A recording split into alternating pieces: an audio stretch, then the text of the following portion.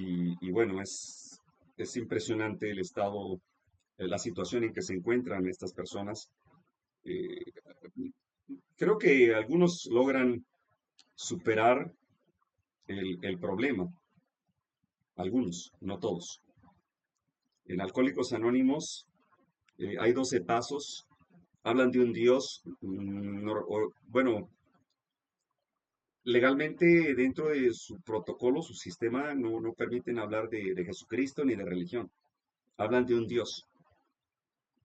Entonces, pues aprovechamos la oportunidad, aunque yo creo que esos no se están refiriendo al único Dios del cielo, pero aprovecho la oportunidad para poder hablarles de ese Dios del cielo.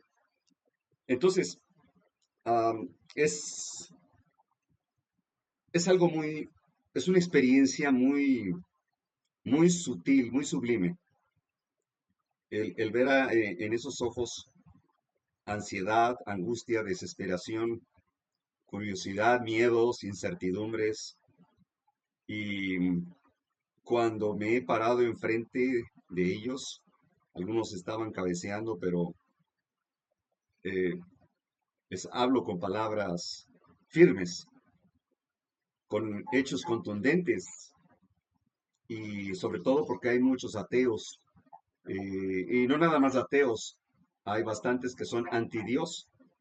El antidios es aquel que se enfurece si le hablas de Dios. El ateo muchas veces está abierto a la explicación, a, a comprobar si realmente Dios existe. Por favor, sean tan amables. Hay un micrófono prendido que no me permite concentrarme. Claro, gracias, muy amable. Este es un foro, todos podemos opinar. Todos podemos opinar, claro que sí. Gracias, qué amable. Estoy grabando este tema para subirlo, también aprovecho para subirlo a YouTube, a las redes, Face. Y bien, eh, el, el, ah, la idea de comentarles este testimonio es primero que nada para motivarlos a que hagan lo mismo. Este, Estoy entregando cantidades del libro El conflicto de los siglos, de a 40, de a 50, de a 60 ejemplares. Después de dar el tema, todos piden un conflicto de los siglos. Mandé a hacer una lona en la cual tengo ahí el santuario con sus dos departamentos y el atrio. Otra lona de 1 metro por 1 metro que muestra también ahí las líneas proféticas de Daniel, las 4 líneas proféticas. Y luego también les muestro la estatua de Nabucodonosor en otra lona, en otro letrero, otro cartel. Este, la estatua de Nabucodonosor comparado con Daniel 7, las bestias. Luego en la otra, el carnero, Daniel 9, carnero, el macho cabrío y el cuerno pequeño. Y luego más adelante, el sacrificio en la cruz. Esto les llama mucho la atención porque les estamos hablando de historia, es el método que Dios nos dejó para comprender en dónde estamos parados en la etapa profética. De la tribu de Isaacar, 200 entendidos en los tiempos, que sabían lo que tenían que hacer. Y nosotros somos esos entendidos en los tiempos. Dios nos llamó a ser instructores, instructores. Este mensaje, el mensaje de los 3 ángeles, es un mensaje que proviene del cielo, por eso es del Evangelio eterno de Jesucristo, porque proviene del cielo. Y no lo estamos aprovechando, no lo estamos aprovechando. Esto me recuerda, bueno, antes de leer las Sagradas Escrituras, eh, sé que ya hicimos una oración genérica, me gustaría hacer una específica, cortita, nada más para solicitar la presencia del Espíritu de Dios que pueda eh, guiarme en este mensaje. Por favor, oremos. Eterno Padre Celestial, santificado es tu nombre. Gracias te damos, Padre, por tu misericordia, por tu paciencia, por tu amor y por tu gracia. Por esos hermosos méritos, Señor, de tu gracia, ese hermoso don que tienes tú para perdonar a nosotros que no merecemos el perdón. Instrúyenos, Padre, corrígenos, guíanos, que tu mensaje se presente con una sí, dice Jehová. Ayúdanos a comprender el tiempo en que vivimos. y el corto tiempo que sobra o que falta. Te lo rogamos en el nombre sagrado de nuestro amado Señor Jesucristo. Amén. Ok. En, en la parábola, en la parábola de Lucas 18:9, el fariseo y el publicano, dice, y dijo también a unos que confiaban de sí como justos. Por favor, escuchamos con el espíritu, no con los oídos. Confiaban de sí como justos y menospreciaban a los otros esta parábola. Dos hombres subieron al templo a orar, uno fariseo y el otro publicano. Aquí está clasificando am, como fariseo a los religiosos. Mejor dicho, a los religionistas. Es diferente el término. Un religionista es el que ha escogido una religión y la vuelve legalista. Legalista. Cumple con todos los ritos, ¿verdad? Como Saulo de Tarso antes de ser Pablo. Él mismo se describe como fariseo de fariseos. Es decir, no hay otro más religionista que yo. No había otro así. Y también se describe como celoso en cuanto a la ley. Es decir, él no fallaba a ninguna ceremonia. Estaba presente desde las 3 de la tarde el viernes y todas las fiestas ceremoniales anuales. En cuanto a los ritos, los servicios religiosos, él era el que llegaba antes, presente. Curiosamente, estaban violando la ley de Dios. Muchos se preguntan de los que les he predicado, algunos evangélicos, pero en la Biblia no dice ley moral. Le digo, bueno, si quieres cambiamos el título y lee Romanos 7:14, hasta que comprendí que la ley es espiritual. ¿Y dónde está lo espiritual en tu ser? En el lóbulo frontal, en tu conciencia. Y de dónde proviene la moralidad es exactamente tu conciencia, tu espíritu. Es espiritual, si quieres, no la tomes como moral, como gustes, pero es espiritual. Y entonces, Pablo no percibía la espiritualidad de la ley, de los 10 mandamientos, porque mataba en el nombre de Jehová, cuando la ley dice, no matarás. Y hay que recordar que en el contexto, esta cita es más profunda de la letra aparente, porque el no matarás tiene que ver con nosotros mismos. El no suicidarnos con alimentos eh, irritantes, estimulantes, contaminantes inmundos. Entonces, porque nuestro cuerpo es templo del Espíritu Santo, entonces debemos de conservar el templo limpio, no un cementerio lleno de cadáveres, ¿no? Y nuestro cuerpo no, nuestro estómago no es cementerio. Es el templo donde habita el Dios del cielo y la mente es la capital del cuerpo. Y la mente y el estómago, que tienen neuronas, están conectadas una entre la otra. Es decir, un alimento, tan solo un alimento, puede determinar mis decisiones en un día. ¿Qué es lo que como? Eso es lo que soy. Somos lo que comemos. Exactamente. Entonces, por eso se considera ley espiritual, pero es más profunda que nada más no matarás. Hay que leer bien el contexto. Se encuentra en Patriarcas y Profetas. Ahora estamos hablando del fariseísmo, una religión legalista que está llena de ritos y tradiciones y costumbres. De hecho, el Santo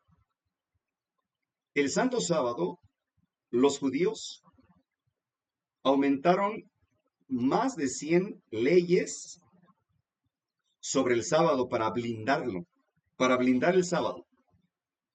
con la supuesta intención de que querían proteger el sábado para que no fuera profanado. Pero esas leyes venían de su propia factura. Jamás Dios las dictó, ni en la ley mosaica, ni en las leyes de higiene. Los 10 mandamientos son el principio fundamental que rige el universo y lo mantiene en armonía. Son el carácter del juez supremo, rey soberano del universo. Pero a los gentiles, a la gente que no conoce este evangelio, hay que explicárselos uno por uno y mostrarles que si nosotros no nos reflejamos en esa ley espiritual,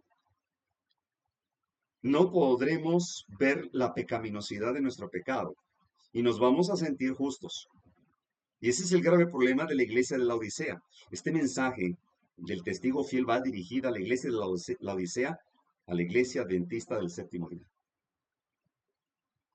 al remanente, al resto de la descendencia, los que guardan los mandamientos de Dios y la fe de Jesús. Ese mensaje del testigo fiel es fuerte, es fuerte. Una iglesia que se siente sana, que no necesita el arrepentimiento ni el perdón, que ya se siente justa delante de todos. Es cierto que no hay justo ni un uno, pero el que depende de su propia justicia, no hay justo ni un uno, pero el que depende de la justicia de Cristo, el justo por fe vivirá. ¿Ok? Y el propósito de la justificación por fe en Cristo es destruir, pisar, pisotear el orgullo, la gloria del hombre al suelo. Quitar nuestra propia justicia, que no tenemos nada bueno en nosotros. Y lo más impresionante es que mucha gente, entre más religiosa es, entran en un estado de fanatismo tan sutil que no pueden percibir que están equivocados. Y por eso Jesucristo describe la diferencia entre un fariseo que es religionista y el publicano que, pues, eran aborrecidos, porque Mateo, el discípulo, era publicano y los trataban muy mal los judíos por llamarlos, considerarlos traidores, porque cobraban impuestos a favor de Roma. Ahora bien, el fariseo en pie oraba consigo de esta manera: Dios, te doy gracias que no soy como los otros hombres, ladrones, injustos, adúlteros, ni aun como este publicano. Ayuno 2 veces a la semana, doy diezmos de todo lo que poseo. Noten qué interesante actitud. Y digo interesante porque debe esto llamarnos la atención y hacernos un autoanálisis. Muchos creen que por tener una religión, cumplir con ciertas normas, ciertas reglas, con el diezmo y la ofrenda, creen que merecen el favor de Dios. Y ese fue el grave problema del antiguo Israel. Creían que tan solo con pertenecer a las 12 tribus de Israel merecían el favor y la justicia divina. Jesús les dijo claramente: por mí mismo es que se da la vida eterna. No crean que por estar ligados a Israel, eso los hace dignos. Ni aunque estuviera Daniel el profeta, ni Moisés, ni Noé, ni Enoc presentes aquí, solicitando perdón por ustedes, serían perdonados. Porque la justicia proviene del cielo, no del ser humano. El lago de fuego va a estar lleno de gente buena, de gente agradable, gente que hacía obras de caridad, que pagaba, era fiel en sus diezmos y ofrendas, se creían justos. Jamás fueron a visitar a las viudas, jamás fueron a visitar a los ancianos, a los huérfanos, a los alcohólicos, a los prisioneros. Jamás fueron. Cuando uno decide ser cristiano, cristiano significa la réplica de Cristo o la copia de Cristo. Y Dios da instrucciones. Vayan y hagan discípulos en mi nombre. Vayan significa muévanse. Les estaba dando una instrucción, una orden divina. Muévanse. Tienen que ser un movimiento, una iglesia en constante movimiento. Ellos entendieron claramente eso. En ese entonces no había feligreses sentados en los templos. El propósito del Evangelio de Jesucristo era ir a los lugares. Este es el viejo método de la iglesia primitiva. Pedro siembra, Juan riega, Felipe siembra, Epéneto riega, Silas riega, Bernabé siembra, se formaba un grupo, crecía en número y en doctrina bíblica. Crecían en la fe, confirmados en el mensaje. Ya eran 9, ya eran 12, ya eran más. Pero en constante estudio. Y a todos se les inculcaba que era responsabilidad de cada uno prepararse como discípulo, porque Cristo no vino a buscar miembros de iglesia. Cristo vino a buscar discípulos, hombres y mujeres y niños, que estuvieran dispuestos a conocer a Cristo en persona, a través de su palabra, a través de sus profecías, de la oración, del ayuno. Y ahora sí, salir a buscar almas para Cristo, porque Él va a venir y va a exigir en término de almas, con usura, dice el espíritu de profecía, con usura, los dones que Dios nos dio. Y si vamos a hacer aquel que representaba al que la moneda que le enterró, estamos perdidos. Y ese fue el problema del antiguo Israel. Y lo dice el profeta Isaías. O sea, el pueblo dejó de hacer lo malo. Está bien, es parte, es un proceso. Porque el nuevo nacimiento es un proceso. No es religión, es relación. No es religión, es comunión. Y en ese proceso, ya evangelizados, firmes en la fe. Ahora sí, los diezmos los diezmos, específicamente los diezmos y parte de las ofrendas, eran para enviar a 2 o 3 mensajeros de ese grupo que saldrían por los lugares al norte, al sur, al este y al oeste, sembrando más semilla. Así fue. ¿Cuándo fue que se detuvo este método? En el siglo IV, cuando aparece el hombre de pecado, el hijo de perdición. Aquel que se hace pasar como si fuera Dios, se sienta en el trono de Dios. El misterio de iniquidad. El cuerno pequeño, todos estos títulos. El papado. Se sentó en el poder cristiano, se autodenominó Vicarius Filii Deis, representante de Dios en la tierra. Y ahí se detuvo este método. Por cierto, miren qué interesante, en el concilio de Nicea 325, hay que recordar que la primera ley dominical de Roma fue establecida el 7 de marzo del año 321. Todo lo podemos encontrar en internet y eso me ha facilitado mucho por el diálogo a otros evangélicos, porque quieren pruebas, y ahí están. 7 de marzo del año 321, la primera ley dominical. Entonces, ese fue el primer edicto de Constantino sobre la iglesia, porque él honraba al dios Mitra. Hay que recordar que él tuvo una visión en el puente Milvio, cuando iba a pelear contra Magencio, porque Roma imperial estaba dividida, Roma pagana estaba dividida. Magencio quería la corona del César, también la quería Constantino.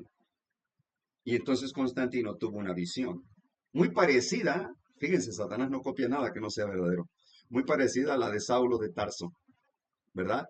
Un sol, un destello impresionante, cegador, fulgurante, lo tumba del caballo, un sol y una nube en forma de cruz.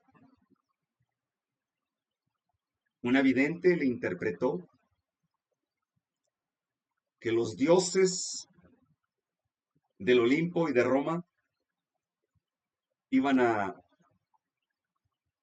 favorecer a Constantino en la guerra contra Magencio, pero que él tenía que volverse cristiano. Satanás evangelizando a su manera. Y entonces le dijo, rey, vive para siempre. Entendiendo que se le decía así al rey para que su imperio viviera por siempre. Lo mismo que hizo Nabucodonosor, ¿verdad? Cuando la estatua de oro, toda de oro. Bueno,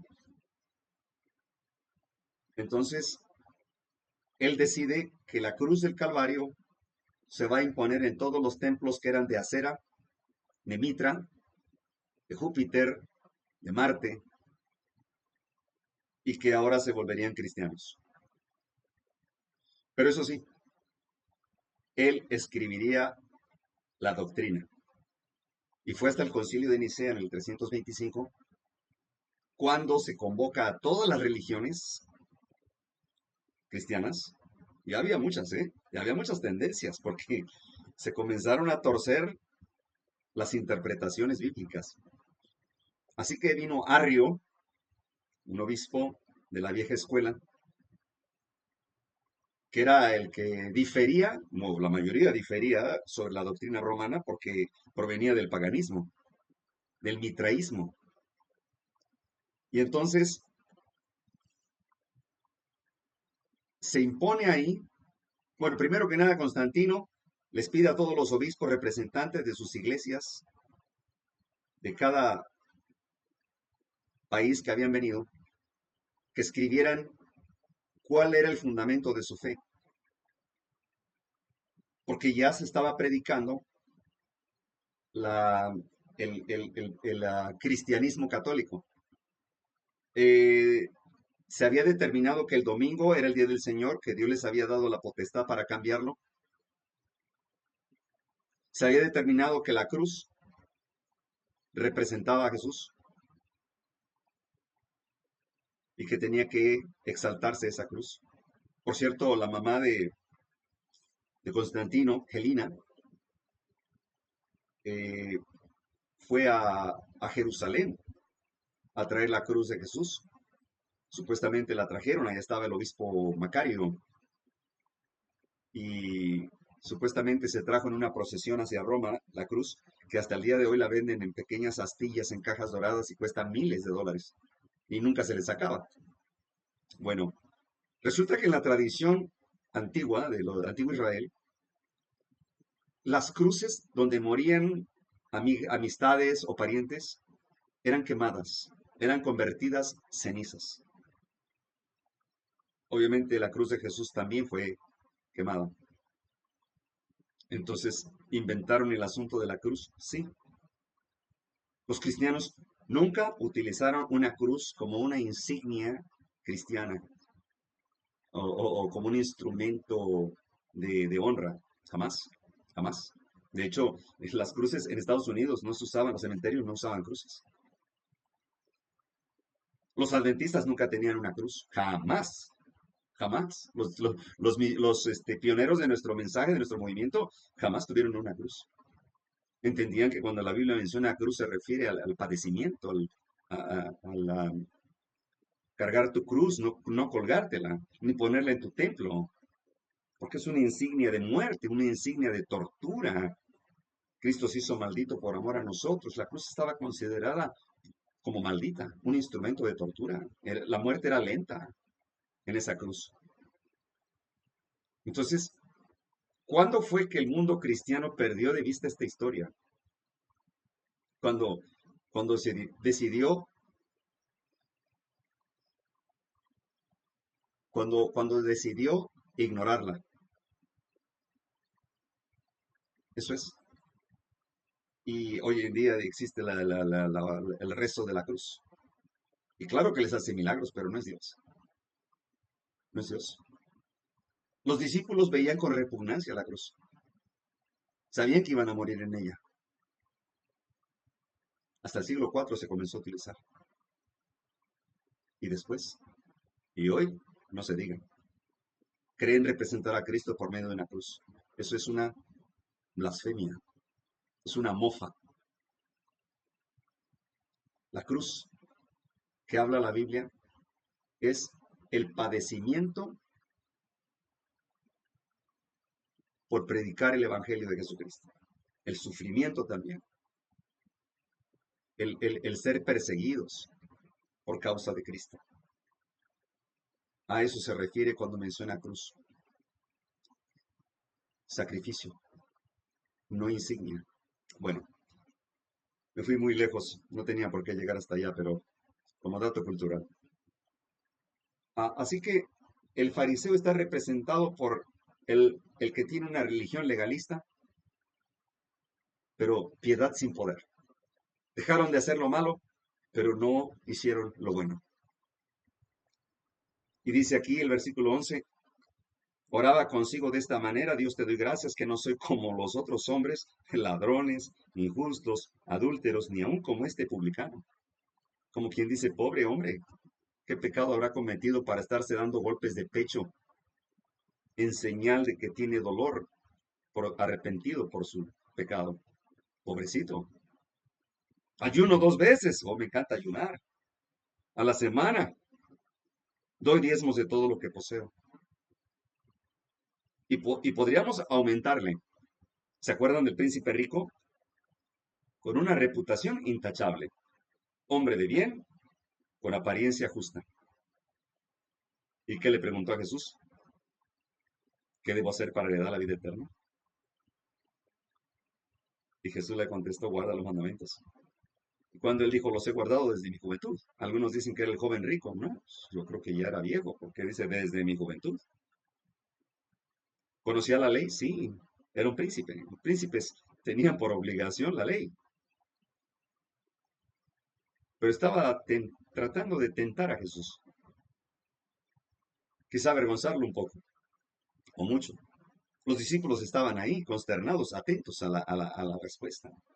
Jesús lo mira a los ojos, se siente interesado en este varón, lo mira con ternura. Y miren qué acto tan impresionante, ¿no? Jesús lo mira profundamente y le dice: a ver, vamos a hacerte un análisis, un examen. Vamos a ver cómo anda tu fe, cómo anda tu espiritualidad. A ver, vende todo lo que tienes y dáselo a los pobres. Y sígueme. Le ofreció ser discípulo, uno de los cargos o responsabilidades más importantes para Dios. Discípulo es un mensajero de Dios, un representante del Evangelio de Jesucristo. Y le dijo: sígueme. Pero el joven prefería sus riquezas terrenales. Era tan rico que renunció a ser un discípulo de Cristo. ¡Qué tristeza! Los discípulos se quedaron sorprendidos. Jesús les dice: es más fácil que entre un camello en el ojo de una aguja. que un rico en el reino de los cielos. Ellos más consternados estaban porque ellos creían que los ricos eran bendecidos por Dios y que los pobres eran, pues, como un tipo castigados. Se miraron entre ellos y comentaron, ¿y entonces quién podrá salvarse? O sea, quiere decir que ellos pensaban que los ricos tenían el favor de Dios y los pobres no. Y Jesús les contestó, miren, para Dios no hay imposibles. Quiso decir, las riquezas son espirituales, no terrenales. Qué confusión tan grande, ¿verdad? El loco no sabe que está loco. El feo no se cree feo. ¿En serio? Es impresionante esto. El autoengaño. El autoengaño. Pero el autoengaño es como un hipnotismo. No se siente, no se percibe tan fácilmente. Ese fariseo, ¿creen ustedes que él iba como hipócrita? Si él hubiera sabido que era un hipócrita tipo burlándose, no. La mayoría de los cristianos que van a los templos no son hipócritas.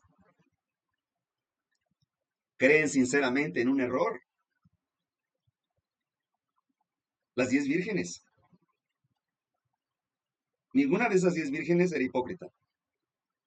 Todas llevaban convicción. Sabían a dónde iban. Sabían por qué iban. Sí, sabían para qué iban. Solo que se durmieron y descuidaron su espiritualidad.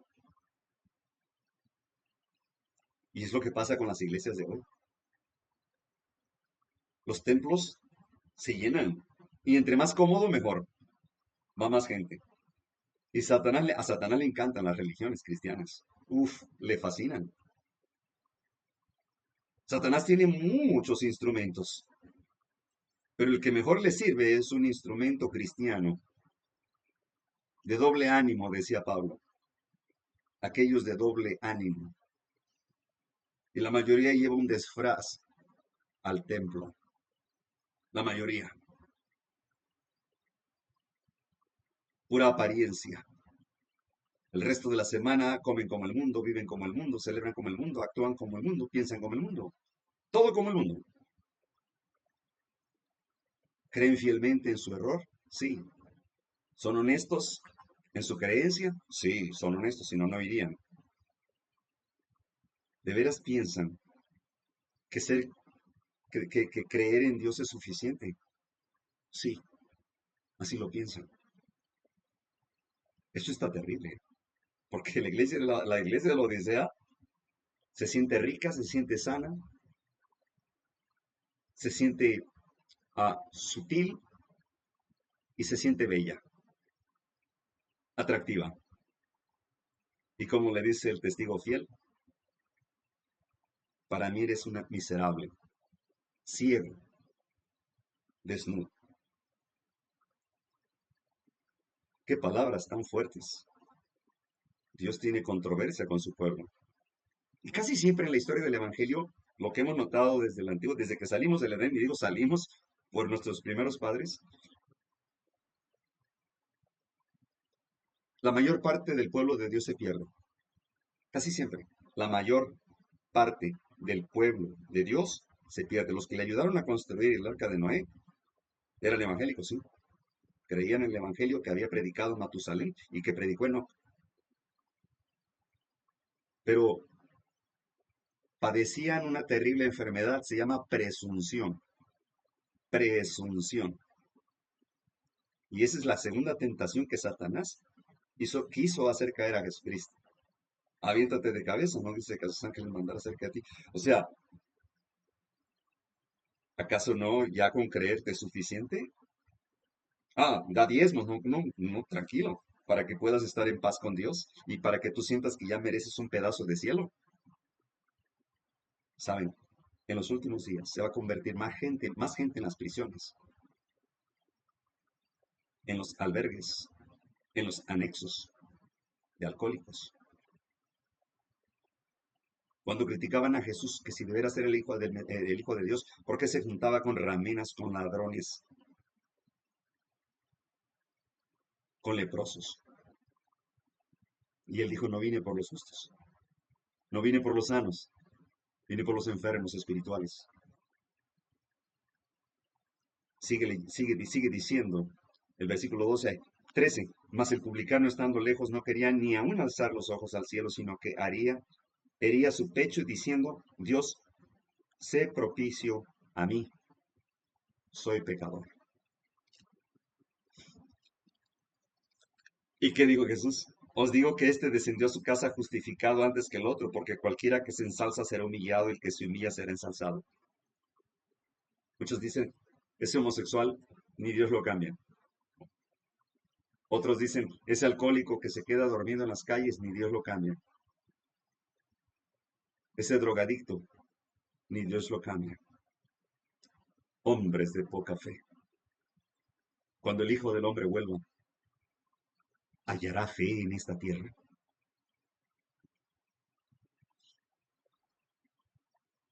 Algunos confunden la esperanza con fe. Si Cristo hubiera tal vez dependido de la esperanza hacia el Padre, su esperanza había rebotado adentro de la tumba sin dar un buen resultado de vida. Cuando Él expiró, su fe plena, pura, entera, estaba puesta en el Padre. Y Jesucristo no sufría la presunción por ser el Hijo de Dios. Él sabía que no tenía ningún privilegio, porque el Padre ni a los ángeles perdonó, ni a los ángeles caídos. Y miren, ese Dios, con el poder terrible, que con su palabra se hacen las cosas, ese poder, ese Dios todopoderoso, tiene una debilidad. Algunos aquí en México decimos, tiene un lado flaco. Su debilidad hoy por hoy, es que el corazón contrito y humillado no lo puede rechazar. Hasta que caigamos rostro en tierra, humillados, sintiendo repugnancia por nuestros pecados. Cuando hayamos recibido plenamente la lluvia tardía, el refrigerio que proviene del trono de Dios, nuestro corazón sentirá amor, gozo, paz, luz y poder y mucha fe. Entonces no podremos callar quién es Jesucristo, qué ha hecho conmigo. No puedo callar, no puedo guardármelo, tengo que salir a proclamarlo. Este señor que acabo de conocer, que predica en las calles con un altoparlante, con un altavoz, con un megáfono. Lo conocí predicando en uno de esos anexos de alcohólicos. Él da su testimonio de que él era un criminal, que pertenecía a una de las más peligrosas pandillas de esta ciudad. Se persinaba, iba a asaltar a la gente y llegó a matar. Se quedaba tirado en las calles, perdió su familia. Pero dentro de él dice que clamaba por alguien que no sabía quién era, pero él sabía que había alguien en algún lugar que podría ayudarle. Cuenta que llegó a tal grado que fue arrestado y lo metieron a la grande, a la penitenciaría más grande. Allá adentro también se unió a hacer lo malo.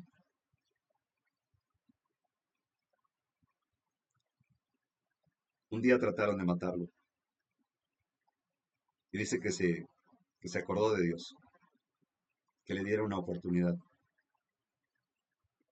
El hombre está predicando hoy, tiene un valor tremendo que nos hace falta a nosotros.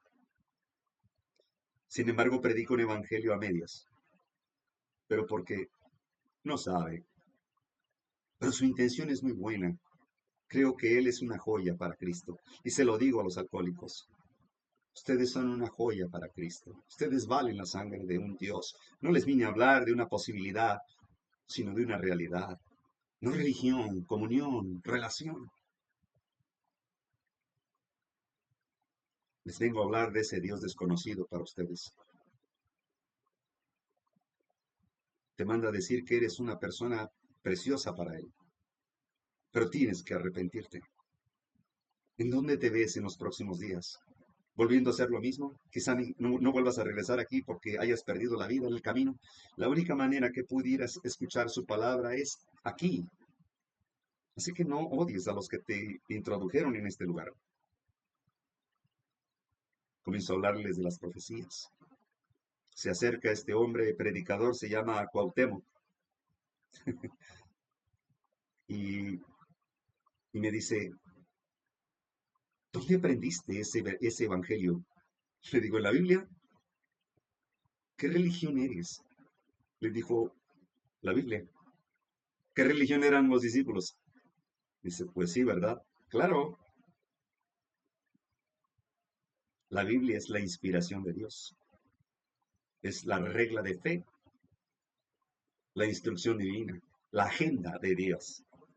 Ahí contiene su mapa con todas las materias matemáticas, agricultura, genealogía, ciencias naturales, ciencias sociales, todo. Y dice, quiero aprender más. Y le digo, está bien, lee este libro, le regalé El conflicto de los siglos, le regalé El camino a Cristo, le regalé otros libros y lo cité, lo he citado aparte, platico con él y dice, es impresionante este evangelio. Yo no lo conocía. Y está en la Biblia, pero yo no lo conocía así. Y le digo, querido hermano, no hay casualidades bajo este sol. El Dios eterno, el Dios fuerte, aquel de los 10 mandamientos, el mismo Jehová de los ejércitos celestiales, te está buscando y ya te encontró. Solo va a pulirnos más. Quedó sorprendido, se le llenaron los ojos de lágrimas y le digo, ¿te duele algo? Dice, estoy sintiendo gozo por primera vez. Este mensaje es hermoso, este que predicas. ¿Cómo se llama? El mensaje de los 3 ángeles de Apocalipsis 14, la verdad presente para este tiempo. ¿Podré aprendérmelo? No solo lo aprenderás, tienes que vivirlo. ¿Pero qué religión? Le digo, la fe adventista del séptimo día. ¿Y tú vas al templo? ¿Puedo ir?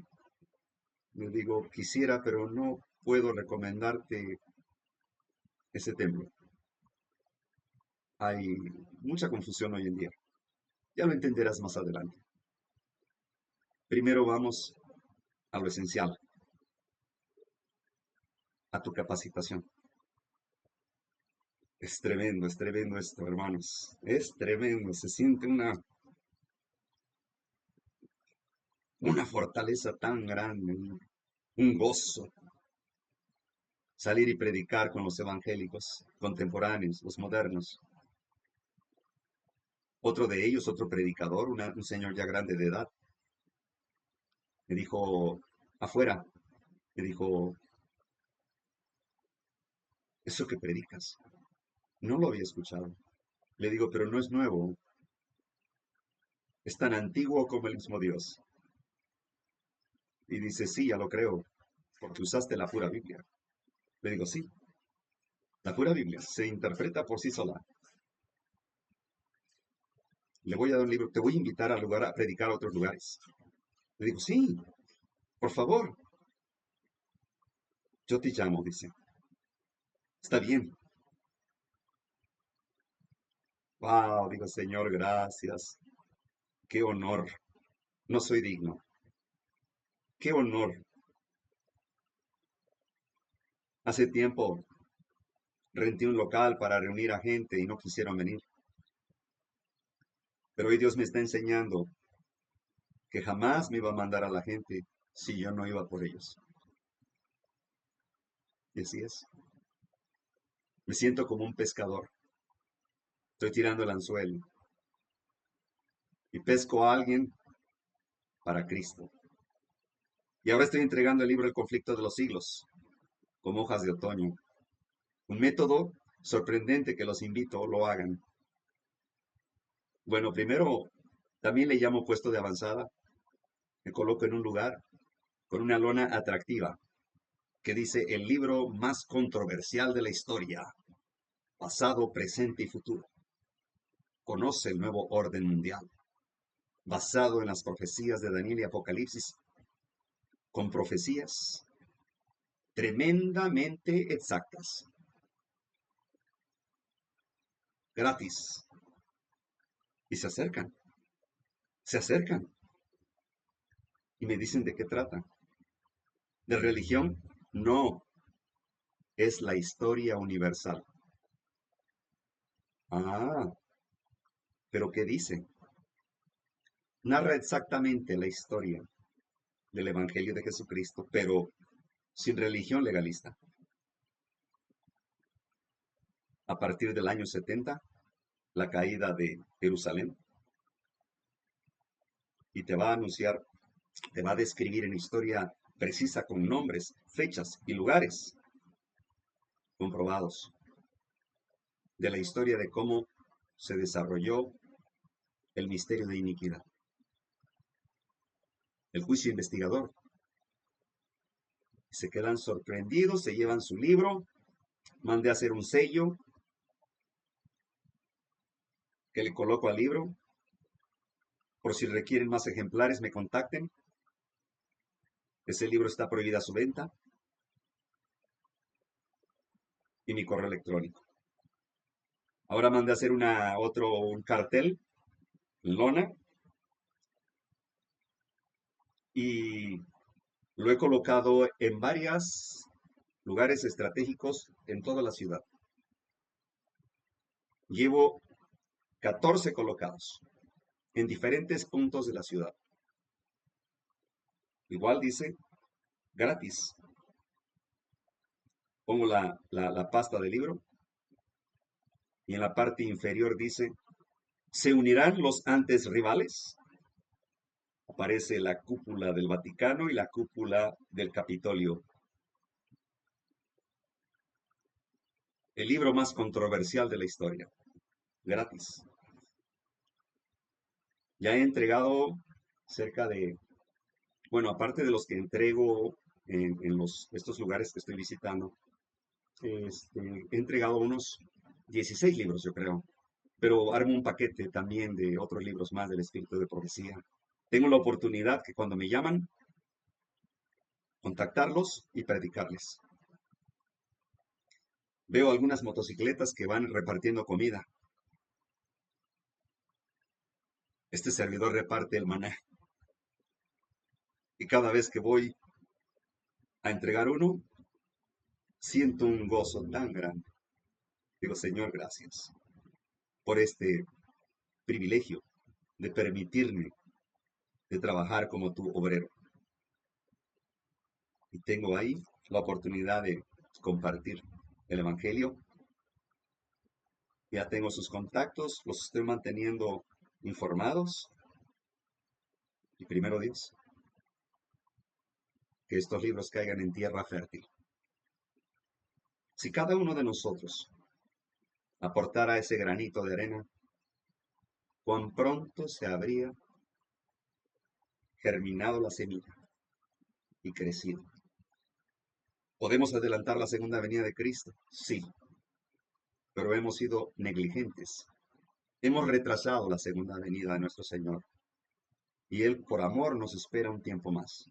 Por amor, no vino en 1888. Por amor. Fue paciente.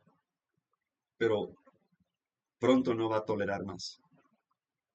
No va a tolerar más a este mundo. Es insoportable este mundo. Como dijo en Génesis 6, mi alma no va a contender con los mortales. No, no, no. Me arrepiento de haberlos hecho. Qué palabras tan fuertes. Y mientras muchos esperan la segunda venida de Cristo sin hacer la obra del Señor, sin compartir las buenas nuevas, ni siquiera con el vecino, porque no se entera que nosotros conocemos a Cristo, ni siquiera los compañeros del trabajo, que nunca sabrán que nosotros sabíamos, ni con el taxista.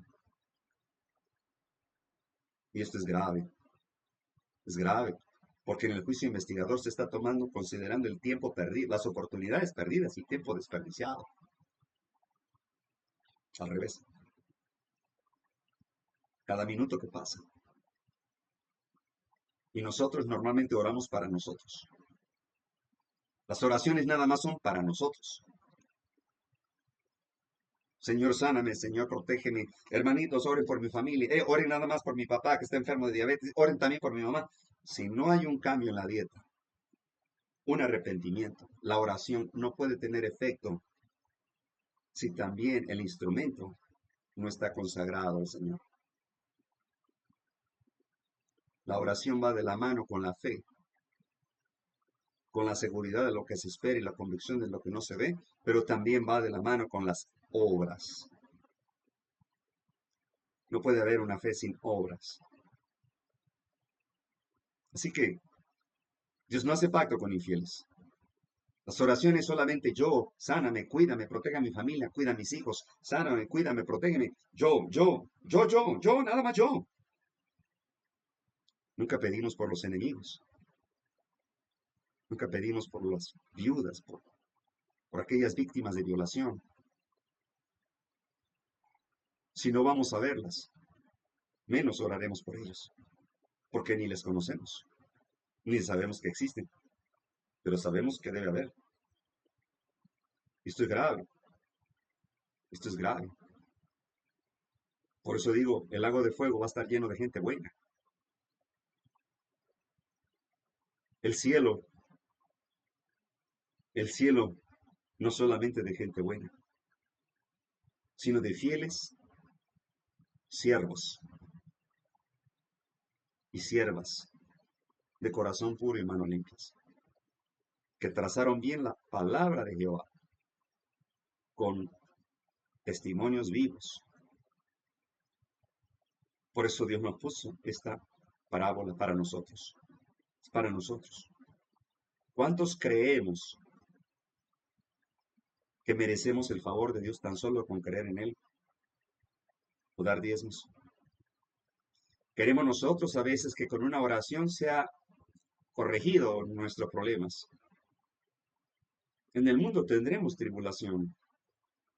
Los problemas uno mismo se los encuentra porque uno mismo los busca. Cada quien cosecha lo que siembra. Dios solo contempla desde su trono. Pero no podemos participar del reino de los cielos si solamente nos dedicamos a pedir y pedir.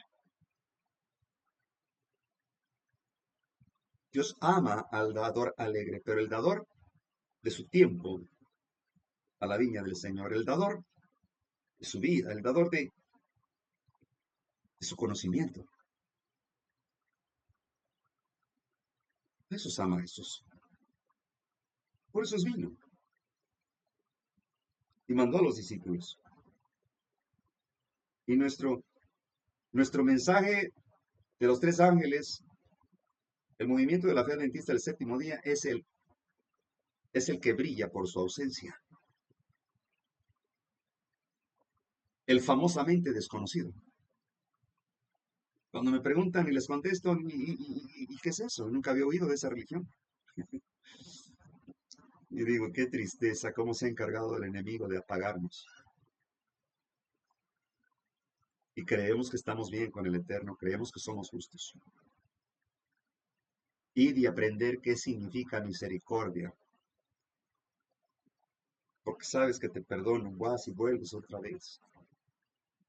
Misericordia, tente misericordia a ti mismo, ten misericordia al Evangelio, ten misericordia a los demás. Ve y aprende qué es misericordia, dice el Señor. Oh hermanos, el tiempo se acerca y no hemos logrado nada. El enemigo está avanzando con unos pasos agigantados. Todo está preparado para una ley dominical. Todo. Los jueces de todos los tribunales de cada país son católicos. El sistema judicial, el sistema legislativo y el sistema ejecutivo. Todo está preparado. El Foro Monetario Internacional, con la identidad biométrica, es tremendo lo que se viene. Y no lo estamos contemplando así. ¿Por qué? Porque no escudriñamos las escrituras. Porque no escudriñamos el espíritu de profecía. En el libro de Daniel se encuentra claramente en los 12 capítulos, desde el año 600 antes de Cristo hasta la segunda venida de nuestro Señor, hasta el cierre de la gracia. En el capítulo 11, que es la misma historia que el 12, en el 11 hay 45 versículos. Estamos viviendo el 44. O sea, el fin del tiempo. El tiempo del fin fue en 1798, ¿no? Ahí se comprenden ya las profecías del resto del libro de Daniel. Se le quita los sellos y ya se pudo comprender, ahora sí, lo que continuaba. Estamos viviendo en el versículo 44, más nuevas de Oriente, el este. ¿Qué está el Oriente? Donde sale el sol de justicia. Dios. Donde proviene el sello. El sello proviene del este. Ezequiel 43 del 1 al 2.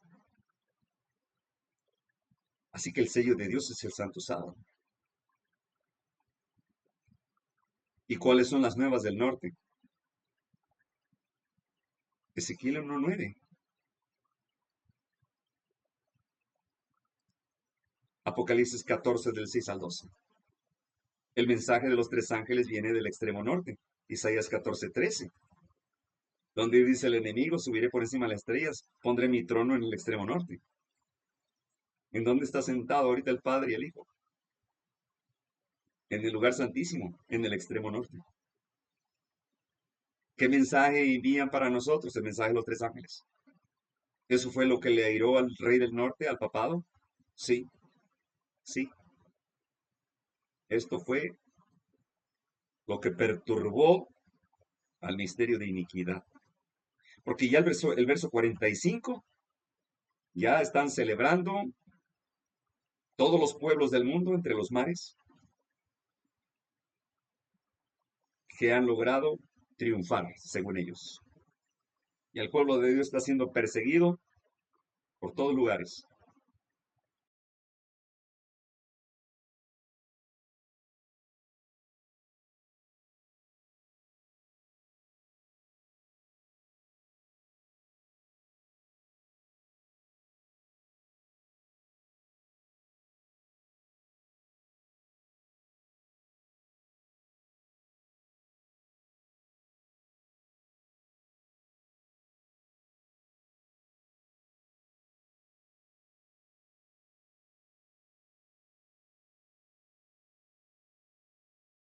Lo dice Amós 9:11.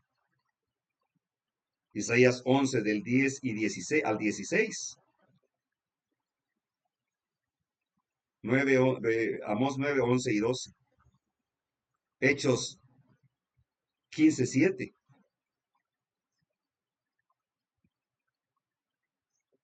y también del 12 al 17 habla de los gentiles.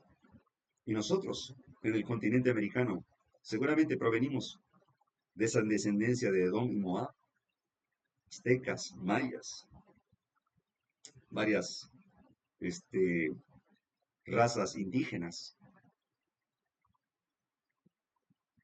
que practicaban la hechicería y paganos.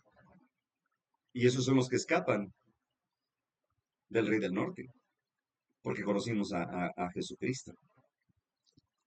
Ahora, si nosotros nos vamos a Apocalipsis 13, miren qué interesante, en Apocalipsis 13 todo se perfila muy bien. ¿Saben? La razón por qué mataron a Jesucristo el antiguo Israel. Primero que nada, porque Satanás estaba influenciando en ellos. Satanás puede hacer casi todo. Milagros, puede hacerse pasar por un ángel de luz, haciendo caer, descender fuego del cielo con milagros y sorprendentes. Puede predicar el evangelio. Se sabe la Biblia al revés y al derecho en todos los idiomas. Predica a Jesucristo a través del evangelio de la prosperidad o también de los milagros. Este, Satanás porta la cruz. Bueno, ¿qué es lo que no puede hacer entonces Satanás? Bueno, entre otras cosas, como no puede retroceder el tiempo, ¿verdad? Otra cosa que no puede hacer, guardar la ley. No puede ni quiere guardar la ley espiritual. Y no lo va a hacer nunca, porque ahí empezó la gran controversia, ¿verdad? Le estorbaba para empezar los primeros 4 mandamientos, sobre todo el primero que dice no tendrás dioses ajenos delante de mí, y él quiso ser Dios. El segundo mandamiento, él se hizo una imagen de adoración a través de la serpiente, de confianza a través de la serpiente. Tomó el nombre de Jehová en vano y inventó su día solar. Así que los primeros 4 mandamientos serían el motivo para que crucificaran a Jesucristo. Los primeros 4. Lo acusaban de blasfemo, porque decía que perdonaba los pecados. Ah, y en sábado. O sea que estaba violando 2 mandamientos o hasta 3. Bueno, Santiago 2:10 dice que el que guarda los mandamientos y viola uno es el responsable de todos, claro. Pero él específicamente lo acusaron de blasfemar, de ser el Hijo de Dios, de hacerse pasar por Dios, como si fuera Dios. Y la otra, de sanar en sábado, porque era una de sus prohibiciones. No podían hacer nada, ni comerse el huevo de la gallina que había trabajado para ponerlo, ni escupir porque estaba seguramente germinando ahí una semillita, ni siquiera cargar su pañuelo. Si tenía gripa, tenía que coserlo en la túnica. No podían caminar ciertos pasos, pero esos ya provenían de ellos. Lo volvieron una carga. Queriendo hacer bien, hicieron lo peor. Entonces, en Apocalipsis 13, fíjese, no bien interesante, en cuanto el versículo 4, el verso 4, dice, y adoraron. ¿Qué mandamiento se está violando? Específicamente, el primero, el primero. Y adoraron al dragón, y adoraron a la bestia. Así que en el contexto de la marca de la bestia tiene que ver con adoración, no con un microchip ni código de barras, como muchos piensan. Y mi adoración está en mi frente, en mi lóbulo frontal. Sigue diciendo, le fue dada boca que hablaba grandes cosas y blasfemias, es decir, que perdona los pecados. Y le fue dada potencia de durar 42 meses, o sea, 1260 años. Y abrió su boca en blasfemias. ¿Contra Dios? Sí. ¿Qué mandamiento específicamente? El tercero. Falso testimonio. Tomar el nombre de Dios en vano. Para blasfemar su nombre y su tabernáculo. ¿Qué quiere decir eso? Su nombre, su fe y obras. Su carácter. Ajá. Y el tabernáculo es realmente el servicio sacerdotal. Y a los que moran en el cielo, el versículo 7 dice, y le fue dado hacer guerra contra los santos. Aquí, aquí, y le fue dado hacer guerra contra los santos y vencerlos, está violando la segunda tabla, los 6 mandamientos hacia el prójimo, ¿verdad? Los 6 mandamientos los está violando en una sola acción. Guerra contra los santos. Matarlos, ¿verdad? Deshonrarlos, robarles, todo.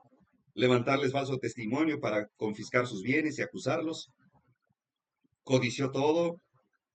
Fíjense nada más, la segunda tabla.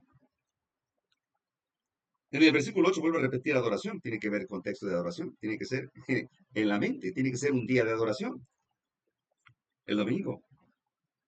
Luego, en el versículo 14, en cuanto a la segunda bestia que surge de la tierra de Estados Unidos, y dice el versículo 13, y hace grandes señales de tal manera que aún hace descender fuego del cielo a la tierra, que representa el fuego, el espíritu de Dios. ¿Se acuerdan del día del Pentecostés? Como lenguas de fuego, ¿verdad? Y hace descender fuego del cielo. Quiere decir que también va a hacer milagros de curación, de sanidad, va a enfermarlos y luego los va a curar. ¿Puede imitar el Espíritu Santo? Sí, lo puede imitar. Satanás lo puede imitar bien. Está en Primeros Escritos, en el capítulo fin de los 2300, donde dice que el resto del grupo eran 2 grupos. Uno pequeño, que recibía amor, amor, gozo, paz, luz y poder. Y luego el otro grupo que estaba indiferente, que rechazó la lluvia tardía, el espíritu de profecía, y le pedían danos de tu espíritu. Soplaba Satanás su espíritu maligno y pensaban que era Jehová. Y en ese había solamente luz y había poder, pero nada de dulce amor, ni gozo, ni paz. Y el propósito de Satanás era engañarlos. Miren, ese es el fuego que engaña. ¿A poco no todas las religiones están bien hipnotizadas con el asunto del cristianismo, de la prosperidad, de los milagros, de portarte bien, de hacer el bien, y hasta el gobierno se convierte, ¿verdad? Hasta el gobierno se volvió religioso. Qué casualidad, que no ese es el engaño, ese es el fuego, el espíritu falso. Sí. Y el problema es de que muchos de nuestros hermanos están engañados también con parecido a la parábola que acabo de leer. Dan diezmos, cantan, oran, leen, pero no logran profundizar en la edificación espiritual, en la comunión personal con Cristo. No lo logran, porque si lo hicieran, saldrían a proclamar. No podrían quedarse callados ese amor sempiterno, ese amor indecible, ese amor que brota por los poros, ese amor que puede hacer relucir tu rostro con gozo. Y miren qué interesante el versículo 15, y le fue dado que diese espíritu a la imagen de la bestia. Que no Jehová dijo, no te harás imagen. Y se aseguró de decir, nada que esté en el cielo, ni abajo en la tierra, debajo de las aguas. Nada. Y Satanás hace una imagen de adoración. Ya esta herida, la herida de muerte, ya está sanada. Ya casi. Cuando la iglesia impone al Estado, a través del Estado, su ley solar, su ley dominical, se puede considerar totalmente sana. Muchos dicen que comenzó a sanar en 1929, cuando Benito Mussolini entregó los poderes otra vez al Vaticano. No, una herida nunca espera para sanar. Satanás comenzó a trabajar por abajo de la mesa. Comenzó a trabajar como lo hizo con Justiniano, ¿verdad? Francia, Clodoveo, 30 años. del 508 al 538, para destruir a los arrianos. Ah, y por cierto, porque no creían en la Trinidad, una de las doctrinas. Ah, y también no creían en la ley dominical. Tenían otras tendencias que no eran agradables también, como la naturaleza de Cristo. Ellos decían que Cristo era una criatura. Y pues ahí sí estaban equivocados los arrianos. Pero lo que más le dañaba a Roma era el asunto de la ley dominical y la Trinidad. Ah, y la otra, pecado original. Hermanos, este es otro tema. Pecado original. ¿Sabes que pecado original,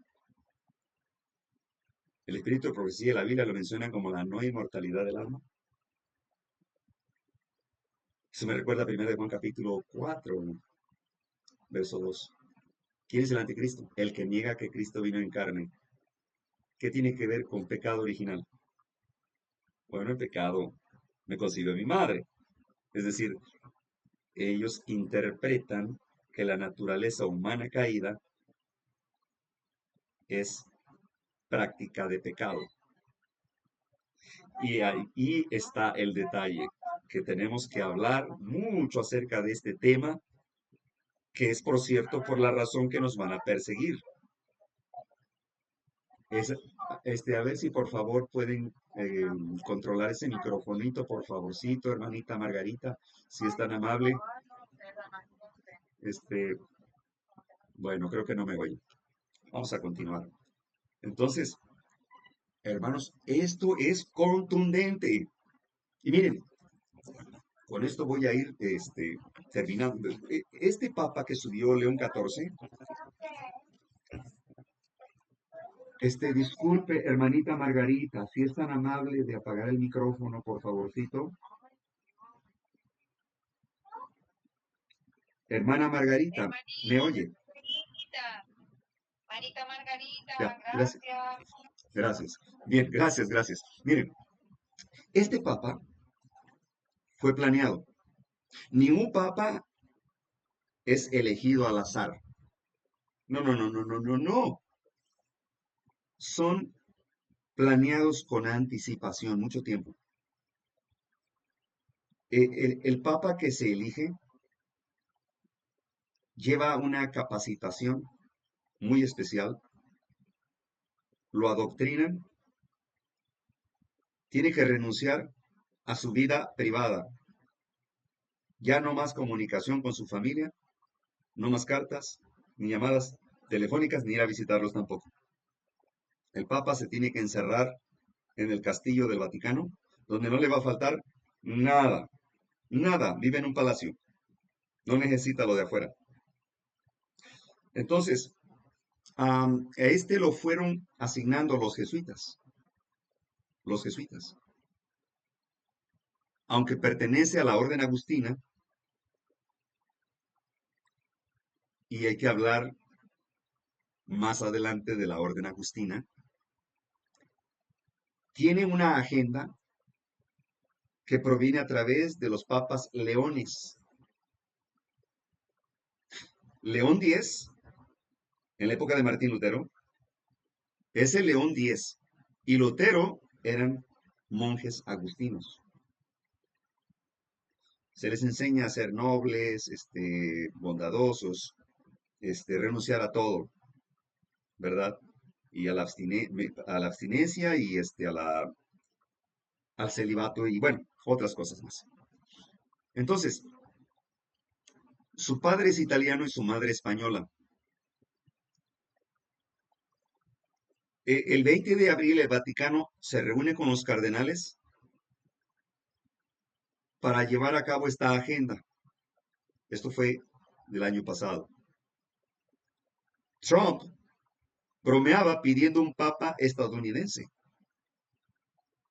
y dice que él mismo sería un buen papa. Y salió por ahí el meme ese de que vestido de papa. Y dice, espero con ansias, cuando fue nombrado un papa estadounidense, conocerlo será una reunión significativa. ¿Ok? Ellos tienen su embajada, se llama nunciatura.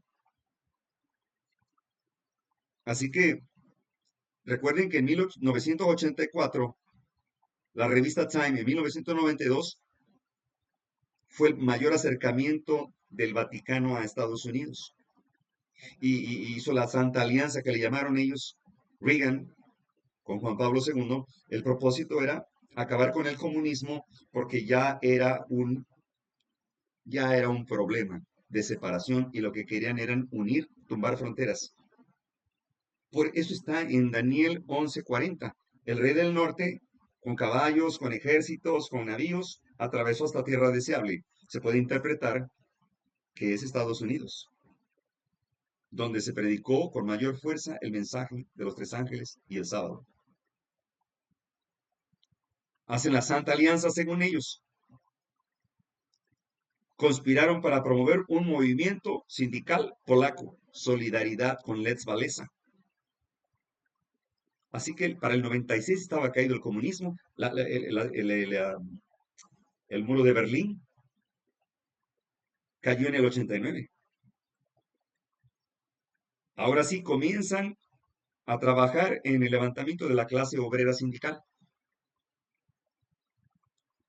Así que Estados Unidos no son antagónicos con el Vaticano.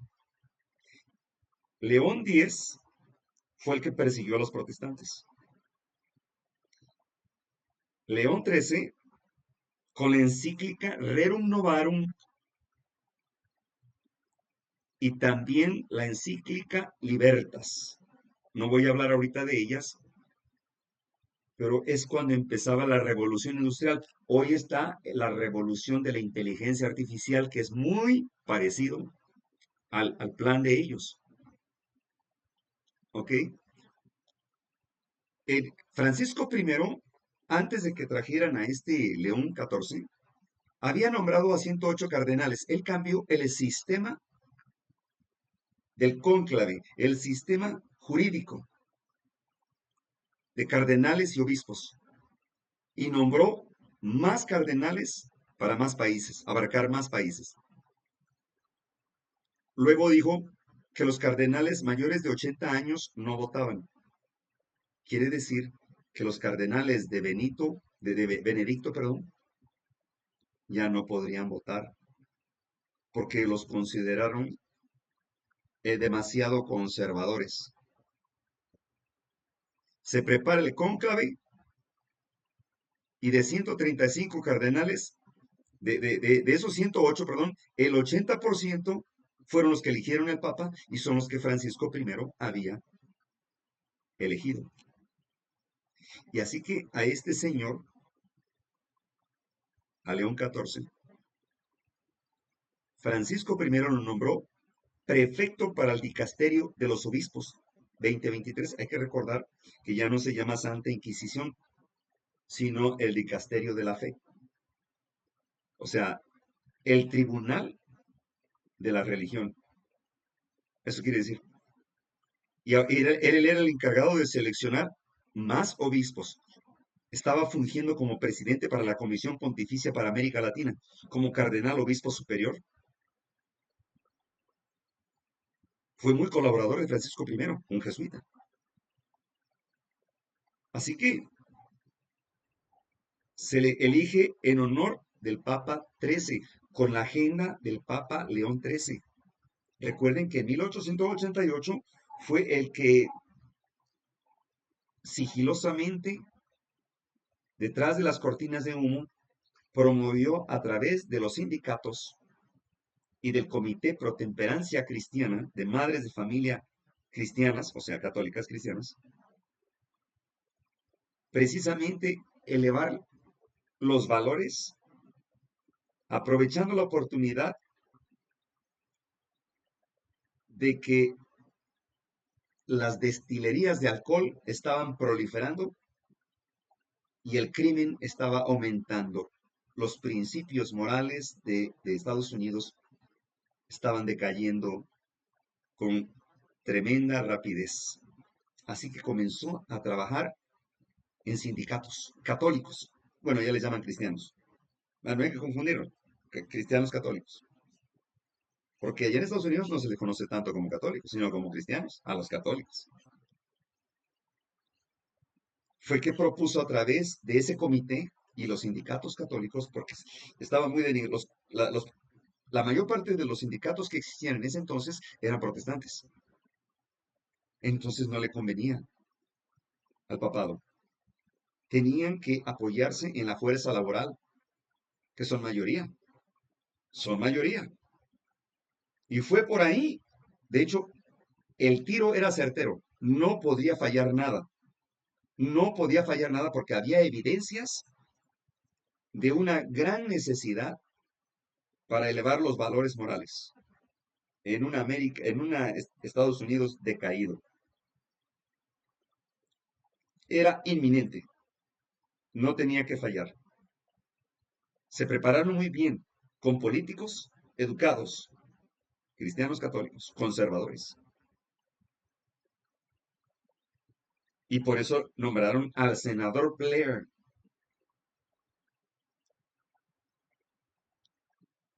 del Departamento de Educación y Trabajo. Miren qué interesante, educación y trabajo. Todavía existe. Y tiene que ver todo con la educación y el trabajo. Sí, libertas, tiene que ver con este asunto del bien común que predicó tanto este Francisco I. Hermanos, viene fuerte. No vamos a verlo, sentir lo duro, sino lo tupido. Lo tupido que va a venir como efecto dominó. Y Dios ya ha esperado demasiado. Pronto, pronto, acabaremos con su paciencia. Y este Dios ofendido se levantará de su trono, cerrando el libro, y exclamará, consumado es, el que es sucio siga ensuciándose, el que es santo santifíquese. Se acabó la gracia, no se podrá mezclar su ira con la compasión. Un Dios ofendido por durante mucho tiempo, 6000 años de pecado. Dios no va a contender más con los mortales, porque todo designio de los hombres es hacer el mal. Y creo que hemos llegado al límite.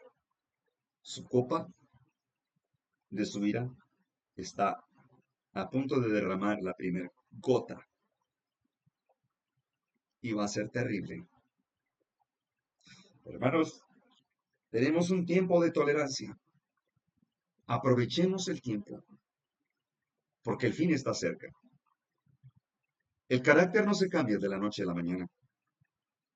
Seremos llevados ante tribunales, ante prelados, jueces y también iglesias, en concilios, a dar razón de nuestra fe. La palabra de Dios dice, no te preocupes, ¿qué vas a decir? En ese momento yo te las diré, dice el Señor. Sí, quiere decir que en ese momento Él va a ordenar las palabras que ya leímos, que ya aprendimos y comprendimos. Pero la mayor parte del pueblo de Dios ni siquiera ha leído la Biblia entera, de tapa a tapa, desde Génesis a Apocalipsis. La mayoría no la ha leído, ni comprende el contexto espiritual.